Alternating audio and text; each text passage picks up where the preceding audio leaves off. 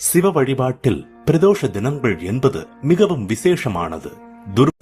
துர்வாச முனிவரின் சாபத்திலிருந்து விடுபட்டு தான் இழந்த செல்வங்களை எல்லாம் திரும்பப் பெற தேவேந்திரன் திருப்பார்கடலை கடைய முடிவு செய்தான். இதற்காக மந்தர மலையை மத்தாக்கி வாசுகி பாம்பை கயிறாகச் சுற்றி வால்பக்கம் தேவர்களும் வாய்பக்கம் அசுரர்களும் நின்று பார்க்கடலை கடையத் தொடங்கினார்கள். அப்போது மந்தர மலை கடலுக்குள் அமிழத் தொடங்கியது. அப்போது கூர்ம அவதாரம் எடுத்த மகாவிஷ்ணு அதை தாங்கி பிடித்தார். அடுத்த விபரீதமாக ஆலகால விஷம் எழுந்தது. தேவர்கள் சிவனை நாட அவரோ ஆலகால விஷத்தை வாங்கி உண்டார்.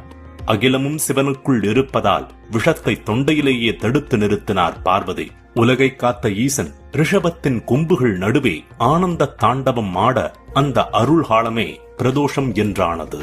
உங்களுக்கு பிடிச்சிருச்சுன்னா லைக் பண்ணுங்க, ஷேர் பண்ணுங்க, தொடர்ந்து பார்க்க இந்த சேனலை சப்ஸ்கிரைப் பண்ணுங்க.